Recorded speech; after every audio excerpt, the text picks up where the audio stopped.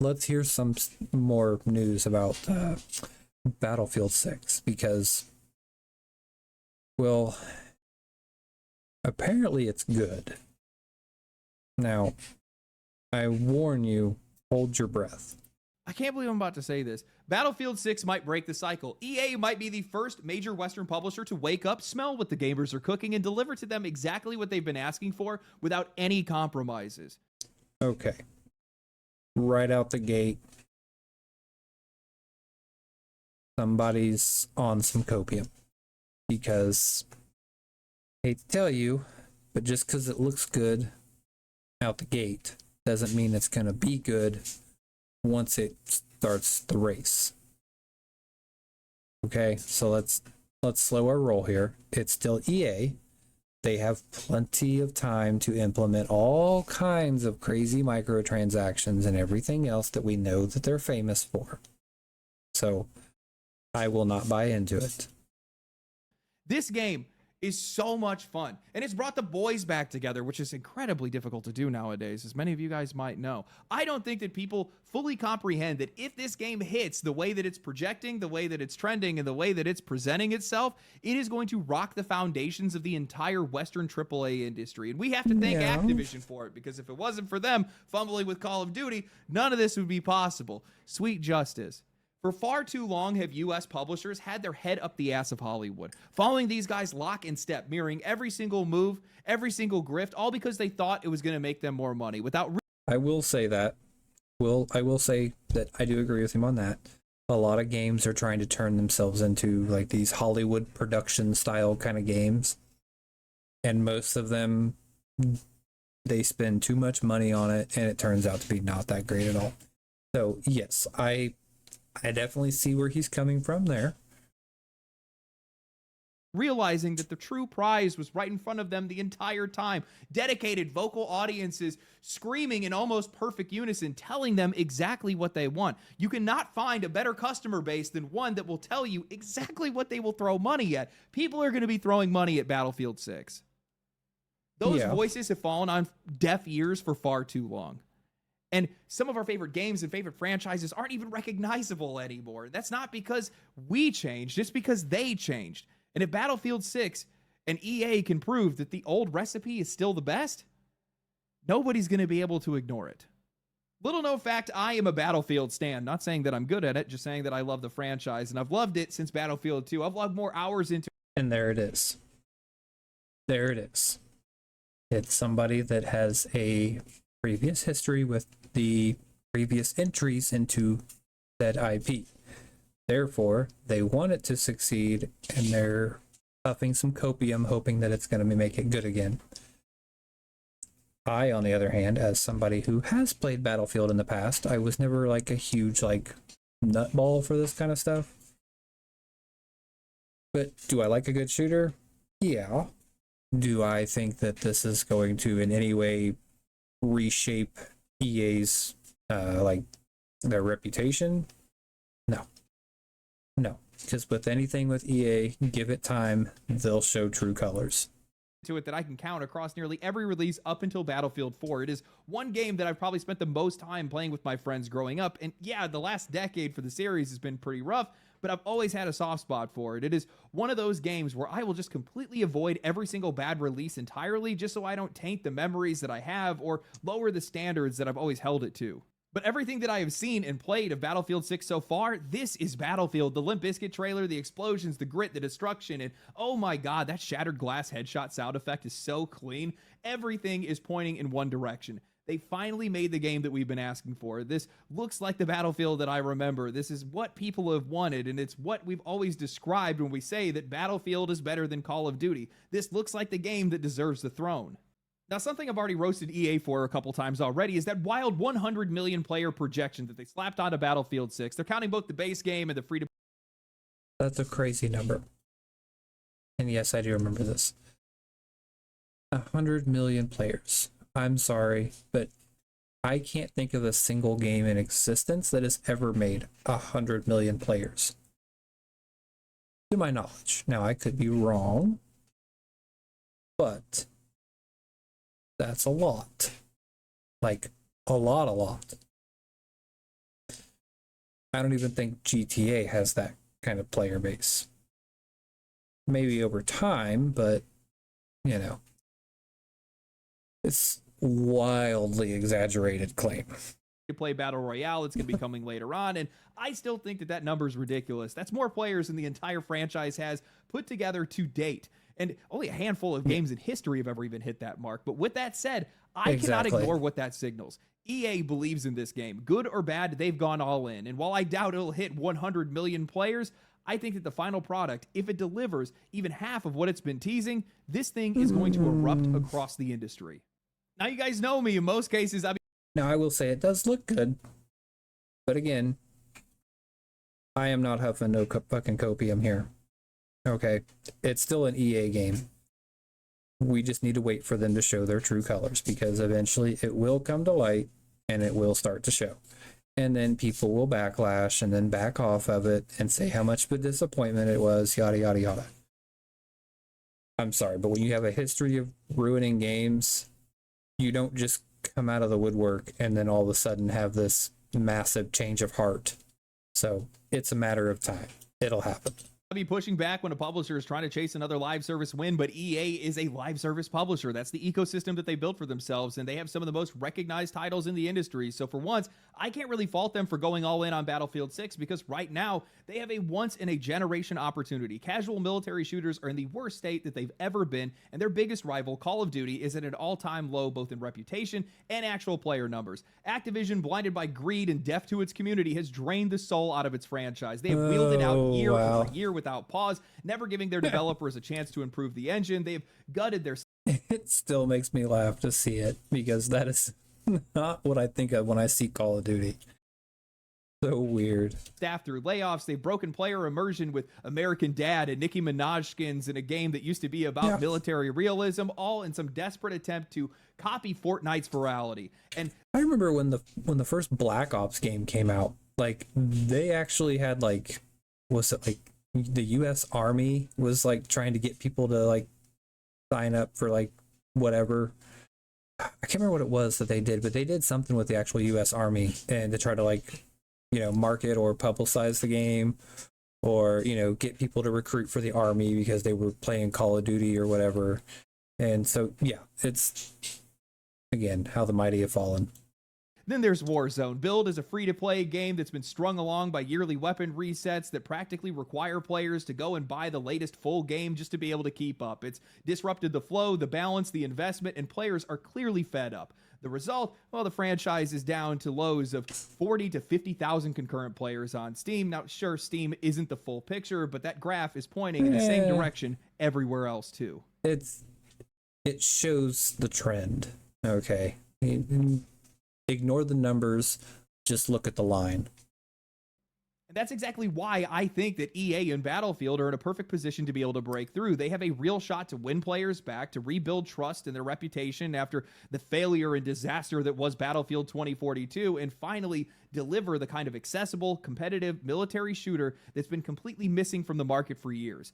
I'm going to say something incredibly controversial. I think that EA has become self-aware. And yeah, I know that sounds absolutely insane. This is the same company that's been reskinning the same sports game year after year without any changes. But look at what's been happening to these guys. Earlier this year, EA admitted that player spending had dropped significantly in FC 2025. That is their biggest moneymaker. And then came Dragon Age: The Veilguard, which reportedly missed sales targets by half.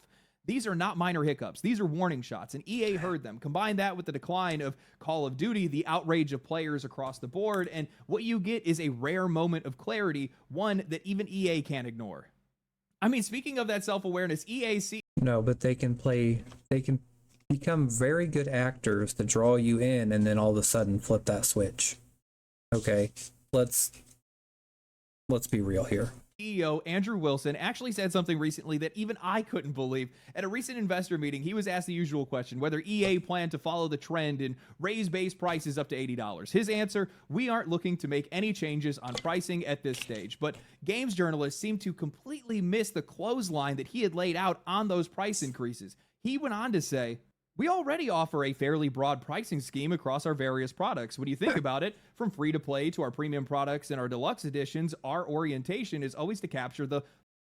Translate, no, we don't want to raise the base prices just yet because we already offer 5 different versions of the same game that have increasingly higher priced versions.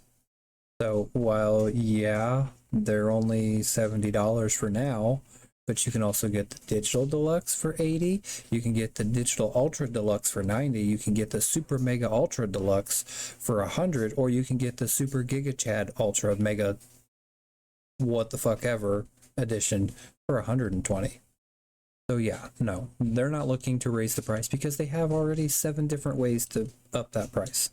Full spectrum of pricing so that we can serve our players in the best way possible and offer them the greatest value. We'll continue to look at opportunities to deliver great value to our players through various pricing schemes over the course of time, but no dramatic changes planned yet. Yeah. Now, what he's really saying here, without directly saying it, is we already charge $80. We don't need to raise the base price to do it. And honestly, credit where credit's due, he's absolutely right. This conversation should have never been about raising the price floor. It should have been about offering real value across different price points. Xbox, Nintendo, Ubisoft. The real value is in the in-game store. The idea of $80 base real. prices, but every single one of them already sells deluxe editions and collector's editions at $80 or above. If these publishers want to make money, that's fine, but make your deluxe editions actually worth $80. Don't just hike the entry fee and call it necessary just because you suck at selling other editions of your games. Now imagine something like that coming from a company like EA, who has one of the worst reputations for squeezing players, but it is a surprisingly grounded stance. And we combine that with everything that we've seen with Battlefield 6, and it really does feel like these guys have started listening, or at the very least, they've stopped actively tuning. No, they've started playing dumb. In other words, while they're just doing most of this, I think, to draw in more good sentiment and kind of sort of give people what they want. At the same time, they're like, yeah, that's right. Eat it up, eat it up, eat it up. And then when they get enough people in the door, then that's when they're going to go back to showing true colors. I'm sorry, but when you have seen the same thing over the last decade, and it's become increasingly worse and worse over the last decade, having one good game come out is not going to change my mind. And I guarantee you right now that the majority of the people feel the same way. Us out. I mean, take a look at this. In an interview with Double Tap, Battlefield 6's design director was asked directly whether or not we'd see the exact same kind of bizarre tone-breaking skins that have taken over Call of Duty, and his response was, I don't think it needs Nicki Minaj. Let's keep it real, keep it grounded. This has been one of the most consistent complaints about Call of Duty, and while everybody likes to say that it prints money, EA clearly thinks that it's not worth the cost, not if it breaks immersion, not if it ruins the tone. Yet. There's your keyword. Yet. It doesn't need it yet. Now, if they start hurting for money and they start to see player numbers drop, then they might try to release something like that just to try to draw people in, because, let's be honest, yeah, it works. One line alone says all you need to know about where Battlefield 6 is headed, and it'll tell you more than any trailer ever could. I think the thing that really ties this all together is that EA just went in on a simple idea. Just make the game that players have been asking for. And then they back that idea with real action. Instead of just following Activision's model by splitting up all their teams across multiple projects and rotating yearly releases, or just using it as a marketing phrase like they did with Battlefield 2042, EA pulled every single Battlefield studio onto one single game, one unified effort. And I don't think that people fully realize just how massive of a commitment that is from them. Yeah, they pulled all 7,000 of their employees for Battlefield into one project. That's what they did. All 7,000 of them, because we know it takes hundreds and thousands of people to make one game. You can't do it with less. Financially, it is the equivalent of spending the budget for 2 or 3 games on one single game, and yet that's exactly what needed to happen, because it was that fragmented development, the split responsibilities, that gave us some of the worst entries over the last decade. Outside of Battlefield 1, which definitely held its own, everything else felt like it was a compromised product. But this time is different. All the teams are working together. Each one of them is focused on what they're best at. They're all aiming to make one great game, and for the first time in years, it shows. You know, normally when I hear a developer say something like Battlefield 2 was a big inspiration, I would just roll my eyes. That's marketing language that we've heard a dozen times before, but this time, I believe them. One of the leads even said, when you look... Oh my God. I don't know how much more of this I can take. Oh my God. This is such a fanboy take. It's not even funny anymore. Like, oh my God. The fact that you have one good game out of the hundreds that EA has put out and you're gonna like drool all over it. Like, yes, it looks great, and I'm glad that it's such a good game. But at the same time, I'm waiting for the shoe to drop because I'm not an idiot. I know it's gonna happen. It's a matter of time. Look for excellence in our legacy, that's where you find it. And you can see it. You can see it in the tone, in the destruction, in the pacing, in the gunplay. This is not just nostalgia bait. I think there's a tagline that comes over the radio where somebody will say, hey, there's a big fucking tank in your area. I love that kind of shit. That's what I've been wanting back from Battlefield. Journalists aren't covering for them this time. For all intents and purposes, this is a return to form. The kind of design that earned Battlefield its name in the first place. And when it's this visible, it's really hard not to take this game seriously. And beyond that, I think these guys have already proven that they're listening because they built Battlefield Labs, a new tool and focus group program that let players, veterans, and content creators play the game and test it all the way throughout its entire development. That is not something that we've ever seen from this series. Hell, it's not even something that we've ever even seen from AAA in general. It's a system that mirrors early access, but from a publisher that's traditionally been the farthest thing from community-driven. And from what we've all seen for games that have gone through early access and what it's done for those games that have used it well, it looks like it's working here too. My biggest criticism of the modern games industry is just how stupid these guys are. They are so dumb. It's like they're allergic to making money. How many times have you guys heard, making a good game is a lot harder than you think? No, it's not. Not when you have audiences that literally tell you exactly what they want from you. It's like going into an ice cream shop, asking for strawberry ice cream. The guy's standing right in front of it, and he says, oh, that's a lot harder than it looks. No, it's not. Give me the ice cream. Across every major franchise, players have been telling people they've always said that just because they've usually got a publisher or, you know, somebody else that's in upper management that tells them that, no, we haven't got clearance to do that. That's usually what the case. That's usually why they're saying it's all harder than that. Guarantee you that's the case. It's not because they don't want to or they don't know how. It's because they weren't given permission to do it. Exactly what they want from them. All they have to do is deliver it. Battlefield fans for years have been crying for the series to go back to BF3 or Bad Company 2, and all they had to do was just tap into the IP that they already owned, that they made themselves, modernize it a little bit, throw in some quality of life, shine it up, and sell it to them. You do not need to reinvent the fucking wheel to be able to reach wider audiences. Apparently what you need to do is listen to the audiences that you do have, the ones that have already committed money to your games, implement their feedback, bring up the game to a higher quality, and let the players sell the game for you. Free financial advice, legendary drops. I'm here every week. I genuinely think that Battlefield 2042, Immortals of Avium, and more importantly, Dragon Age the Veilguard taught EA just how much they had lost the plot. They had lost a lot of money on those games, which obviously is probably a shock for those guys. And I mean, to an extent, maybe. But let's be fair. I think that a lot of people inside of the development team for Battlefield were trying to push for some things, and they may or may not have got their way. And that's why they're able to make what they made. But at the same time, I'm not going to, you know, downplay the success that they've had so far. Yes, it is a great game. Yes, it looks good so far. But again, I cannot iterate it enough. It is still EA, and it's just a matter of time. On top of that, well, they had so much negative feedback from those games that it was impossible for them not to pay attention to it. So they probably just took a step back and said, you know what, screw it. We're just going to listen to exactly what the players want. We're going to make a game specifically that they are asking for, and we'll see if it works. And I think that's going to pay off in spades for these guys. I think it's going to do really well. Again, this all depends on whether or not the game fully delivers. We're only seeing a slice of it right now, but I think that we would smell bullshit by now. But you never know in a lot of these cases. Either way, it feels like EA is listening and putting the players first. That feels gross. I'm never saying that again. I'm never saying that again. Yeah, this kind of openness, this kind of humility is rare, especially for a company like EA. And if it holds, if it works, barring any major fuck-ups, then I think something like this could genuinely change the entire Western games industry. Don't get me wrong. I do want to see this game succeed because we do need a good, you know, a good, decent, like, military FPS because there hasn't been a good one in a long time. But yeah, I'm not holding my breath. We'll wait for the full release and we'll see what it's like then. because they're probably going to try and slide some stuff in there like they usually do. Because it could change the way the games are made. It could change the reason why they're made and who they're made for, which is the most important part.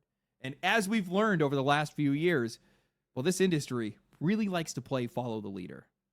Now, I normally wouldn't be saying something so optimistic if it wasn't for the fact that I have been studying this game closely, following every announcement, watching every event, tracking player feedback, and getting firsthand experience playing the game myself. And everything that I have seen up until this point is leading to one conclusion, which is that Battlefield 6 is exactly what it claims to be. It feels like Battlefield 3 or 4, but with better graphics, sharper sound design, modern mechanics, and a higher level of polish, and they did it all based on the demands of their audience. I feel like I am stating the obvious here when I say that the US games industry has been in free fall. Outside of Epic milking Fortnite and Rockstar coasting off of GTA, it has been flop after flop. Live service or single player, it does not matter. Almost every single major publisher is bleeding right now, and the root cause is simple. They stopped listening. They convinced themselves that they were smarter than their own audience. They started chasing Hollywood trends, and they creatively bankrupted themselves in the pursuit of bigger margins for their investors. And while Battlefield 6 being a success isn't going to fix that overnight, and likely will still also have all of the live service shit that most people... It's a step in the right direction,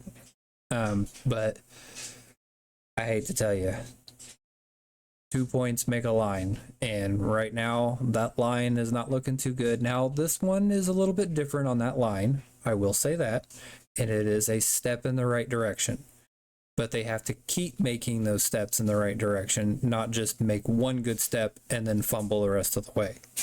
So time will tell. People complain about. I do think that its success could be the first move in a much larger shift. I don't know, man. This all just feels like a rubber band effect. These companies have stretched themselves as far as they could on messaging, on themes, on budgets, on target audiences, on game design, but none of them ever thought to pull back. Not a single one of them asking if the basics still worked. And if you look across the past decade of gaming, you can see the pressure building, especially from the customer side. From Gamergate to the more recent backlash people are seeing as its spiritual successor, the conversation is constantly being hijacked by political framing, but underneath all of that noise, the actual concern is painfully clear. It's been about the ethics and quality in game design. It's been about the collapse of trust in journalism. It's been about the players who feel ignored, talked down to, undervalued, and shoved out of hobbies that they built. You can pretend like it's noise, you can hope that it fades, but eventually when that feedback is this consistent, this loud, and this sustained, sooner or later somebody is going to have to listen. And it's like I said before, the only language that these companies speak is money. After enough losses, it's only a matter of time before one of them steps forward and says, hey, why don't we try something different? And as ridiculous as it might sound, I genuinely believe that after the collapse of Battlefield 2042, the almost $200 million lost on Immortals of Avium, and the backlash around Dragon Age the Veilguard, players finally made it impossible for EA not to hear them. Not just about identity politics, but on quality, on vision, on the complete loss of identity in the franchises that used to define this company. They watched as the so-called cave-dwelling gamers, the loyal ones that always showed up for every single release, stopped showing up. And then they were forced to confront the obvious: if you won't serve the core audience, you won't have an audience. Because you sure as hell aren't attracting new ones if you're burning the old ones. It's like this entire industry just forgot how powerful a core audience is, or how they are the single most reliable path to new players. You do not need to chase viral trends. You do not need to hijack pop culture. All you need to do is just build something that people care about and let them talk about it. That's exactly what we're doing right now. That's why people are watching this video. That's how it works. Look at the biggest success stories over the past couple of years. Expedition 33 became a 2025 Game of the Year contender because it nailed a vision and delivered itself for a core audience. That's how it works. Helldivers 2, the exact same thing. No flashy marketing campaign, no trendy crossover, just a damn good game for the people it was meant for. And if AAA companies need a big budget example, look at Monster Hunter Wilds, fastest selling game in franchise history. And it happened because Capcom consistently delivered on what Monster Hunter fans loved about the series. Sure, they've definitely started to drift. The game is noticeably easier. The optimization is an absolute mess. And yeah, they're probably overreaching now, but that's the rubber band effect all over again. But Monster Hunter Wilds doesn't become a financial success without the foundation that was laid by the previous games. It's the long tail of trust and quality, and that's something that this industry just keeps forgetting. If Battlefield 6 works, if it proves that just making a game that players asked for is the most profitable move that you can make, you will absolutely see other companies follow, because what they're doing right now, it's not working. They're stretching their audience to a breaking point. They burn through all of their goodwill, and they bet the house on trends that never landed. And the best path forward for these guys, and the one that they're going to see, is the easiest one possible, and it's just listening. Now, something I brought up in my last video was the idea of AAA live service games entering into some form of early access years before release, just to make sure that developers are actually building something people want to play. It's a great way to be able to get funding, test interest, and gather valuable feedback. But in hindsight, I realized that there's a really big marketing problem that's baked into that, because AAA, by definition, is supposed to represent the highest quality gaming experience available. So when you show off something that's half-baked, something that looks janky, unpolished, or bare bones, it can absolutely tank your game before it even has a chance to find its footing. In this industry, first impressions aren't just important. More times than not, they are permanent, especially when you are fighting for attention in a... Yes, that's very true. And most people have been now, I mean, anymore, they're just indoctrinated to think that, oh, it's EA, it's Activision, it's Ubisoft, it's automatic garbage. And when you have got people indoctrinated into that mindset, you've got a lot of work to make up for that. And anymore, like, yes, this is good first impressions, but those first impressions are only going to last for so long until that hype dies down. And it's just, oh, yeah, it's good, but... And I think a lot of people are just kind of waiting for that to happen. A market that has thousands of games that release every single year, and players will just forget you the moment that you slip up. Yep. Actually, sometime last year, I put out a video on Soulframe, the next game from Digital Extremes, the same team behind Warframe. They had released gameplay footage and called the development phase Preludes, essentially an open dev structure. The problem is, nobody outside of their core community knows what the hell that even means. So massive content creators reacted to the footage of the game, assuming that it was nearing its launch, and said it looked terrible, which it actually should have, because the game is in pre-alpha. But that context was missing. They never said that in any of their trailers, and without that context, players didn't see the potential in the game. They saw a broken game, and that perception stuck. So in hindsight, I actually think that the biggest lesson learned from Battlefield 6 is probably going to be Battlefield Labs. I think that might actually be the blueprint moving forward for a lot of these companies. Not a full-blown public early access, not a trailer dumped without any explanation, just a structured, curated feedback loop with real players, content creators, and invested community members. Something that happens quietly behind the scenes in early development, long before marketing ever kicks in. It's not about showing your game to the world. It's about building a game with the people that care about it the most. EA did... I think from experience, like, a lot of the best marketing is just letting the players do your marketing for you, or letting, you know, streamers or whatever. Like, the best marketing is always going to be, you know, just putting something good out there. And then if it's good, they're going to tell other people will tell other people, and it snowballs from there. That's your best marketing. That's it. Plain and simple. You don't need to spend millions of dollars on marketing as long as your shit's good, because you can spend all the money on marketing in the fucking world and it's a shit thing. No need to. Let people decide for themselves and let them tell other people, and it will blow up. Didn't just rely on their internal QA or third-party contractors, but they brought in fans, veterans, and content creators to be able to test the game through every single stage. Something like that at this scale is absolutely unprecedented. And if Battlefield 6 launches and proves that that kind of approach works, if it hits and players actually feel heard and represented in the final product, do not be surprised if you guys start seeing Battlefield Lab-style programs popping up all across the industry, especially for live service titles where long-term retention depends on early buy-in and consistent engagement. It's a controlled form of early access, one that protects... And see, they're not the first game that's actually ever done something like this, because there's been, like, multiple other ones. I can't think of, like, specifics off the top of my head, but there are other games that have done, like, this labs or, like, experimental type game modes to try to test different stuff out and then, you know, get feedback from people. So Battlefield is not, like, the first people to ever do something like that, but I think it's something that more companies should do, and I agree with him there. It should be like this new trend or whatever that a lot more games should follow. The brand image while also incorporating feedback and time to actually matter. Genuinely, if Battlefield 6 lands the way that it looks like it will, it's not just going to be a win for EA. I think it's going to be proof that listening actually works, that quality still matters, that the road back from the industry collapse isn't paved with trends or gimmicks. It's just built on trust. And if EA, of all companies, can figure that out, then there might actually be some hope for the rest of them.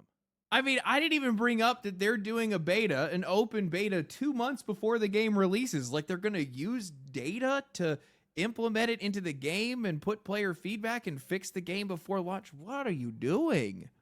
This isn't just to be able to sell more copies before a game's actual release. Are you guys okay over there? What's happening? Well, on top of that, you don't even have to pre-order the game to be able to actually even play in the beta in the first place. Are you guys out of your mind? Look at all that money you just lost right there. I saw so many people They'll make up the money in the store, the in-game store. That's where they're going to make up their money.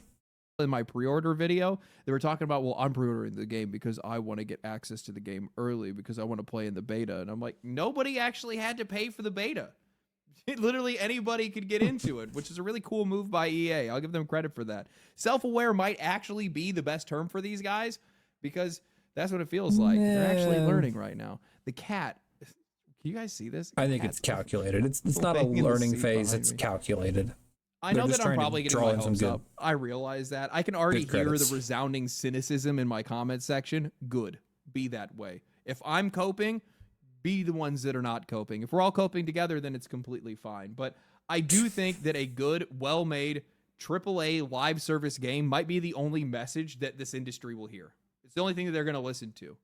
And if this works and the game does well, these guys, they're not free thinkers. They're just going to follow exactly what EA did because they're going to hear their investors start barking and then all of a sudden.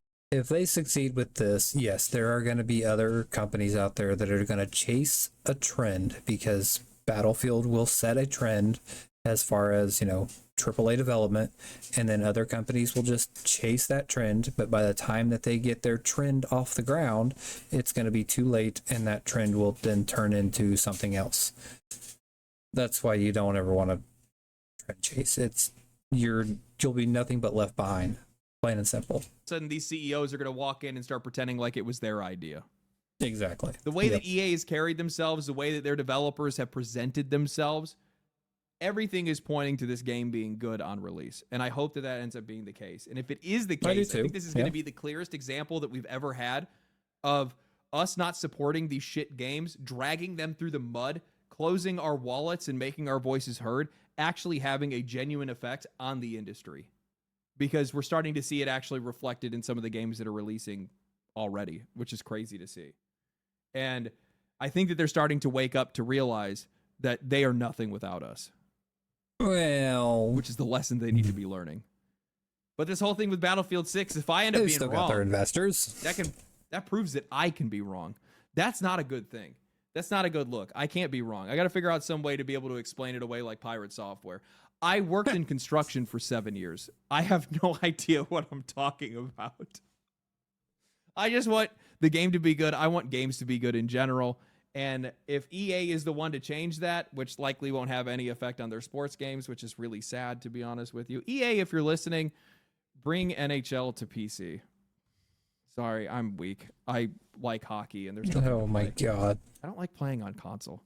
Hope you guys enjoyed the video. If you guys did enjoy the video, like the video, subscribe to the channel, share the video with your friends, share it online, share it on social media, follow me on Twitter, follow me on Twitch. If you guys want to play Battlefield, well, we got a bunch of people that are playing in the Discord. Join the Discord, the community Discord. Be kind, be civil, or you will be destroyed. Anyway, thank you. Okay. Yes. No. I think he is coping really fucking hard, simply because of the fact that he's, as he stated before, he's the previous Battlefield 2 fanboy, Bad Company 2, that kind of stuff. So, like, when you come from you have a history of, favoring a specific game or whatever, yes, you are going to cope hard because you're really hoping that this is the one, really hoping that EA has turned it around. But as somebody like me, I look at EA and all these other AAA developers, and I constantly am very skeptical of any change that they might have made and any goodwill they might be trying to foster. And yeah, no, at this point, I'm still waiting for the shoe to drop because it's still early it's still early access, or, beta, whatever you want to call it. So I'll wait for the full release, and then we'll see exactly just how much of that shoe has dropped. So that's where I'm at with it. Do I still think it looks great? Oh, yes. Does it look like something I'd want to try out? Yes. But I'll wait. I'll wait it out, and I'll see where it goes. But for now, it does look good, and I do hope they succeed. I hope it does turn into a great game, and I hope something does finally, dethrone Call of Duty, because Call of Duty has gradually over the years gone down the shitter. So we'll see. I don't know, but it was a good video. I do like his videos. For the most part, he's got some good stuff, but again, I do disagree with him sometimes, just because I just like to call people out on their copium.